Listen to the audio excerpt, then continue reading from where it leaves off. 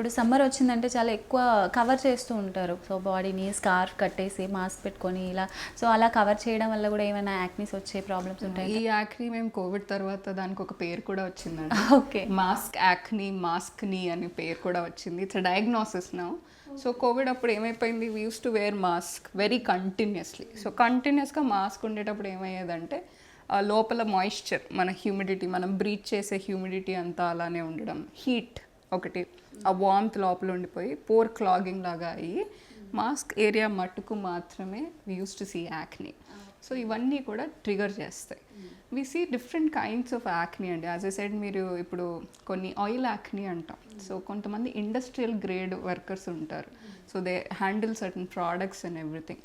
అది కూడా acne clog వల్ల కూడా మనకు కనపడుతూ ఉంటుంది.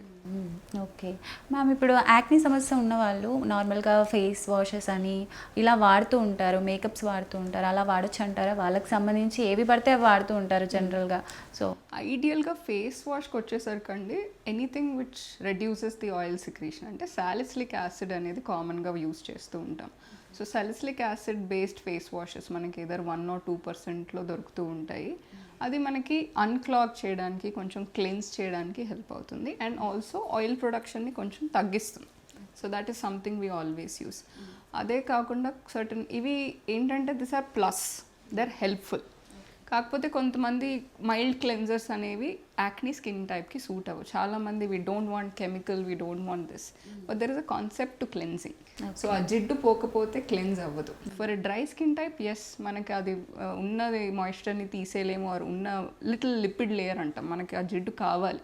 క్లాగ్ చేసేదంటే సర్ఫేస్ని ప్రొటెక్ట్ చేయడానికి, స్మూదన్ చేయడానికి కావాలి. దాన్ని తీయకుండా అంటే ఎక్సెసివ్ ఆయిల్ ప్రొడక్షన్ ఉన్న వాళ్ళు క్లెన్స్ చేసేవే వాడాల్సి వస్తుంది. మైల్డ్ క్లెన్జర్ ఆయిలీ స్కిన్ టైప్కి హెల్ప్ అవ్వదండి. So usually salicylic acid based cleansers వాడతాము. So washing at least twice with that is extremely important. But makeup ప్రోడక్ట్స్లో ఏదో using heavy foundations or using even a lot of other layers of makeup అలా పెడుతున్నప్పుడు కొన్నిసార్లు makeup, ఇంకా main important makeup వాడిన తర్వాత cleanse చేసుకోకుండా పడుకునే వాళ్ళలో ఈ ప్రాబ్లం ఇంకా ఎక్కువగా ఉంటుంది. సో యూజువలీ మేకప్ తీసేసేటప్పుడు తప్పనిసరిగా క్లెన్స్ చేసుకుని, ఐడియల్గా డబుల్ క్లెన్స్ అంటాం. అంటే ఫస్ట్ ఆయిల్ బేస్ దాంతో రిమూవ్ చేసి తర్వాత వాటర్ బేస్ దాంతో వాష్ చేస్తే యాక్నీ వచ్చే ఆస్కారం కొంచెం తగ్గుతుంది.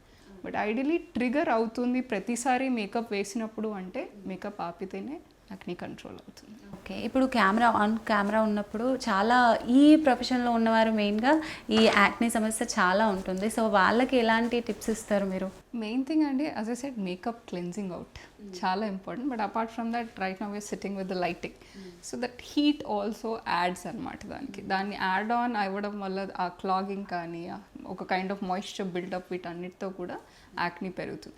So one thing I would say is keep yourself hydrated. Especially మీ ప్రొఫెషన్లో ఏంటంటే ఇంత హార్ష్ లైటింగ్లో ఎక్కువ గంటలు ఉంటున్నప్పుడు హైడ్రేషన్ ఓరలీ కూడా చాలా ఇంపార్టెంట్ అండి, క్లెన్స్ అవుతుంది. And makeup removing is extremely important.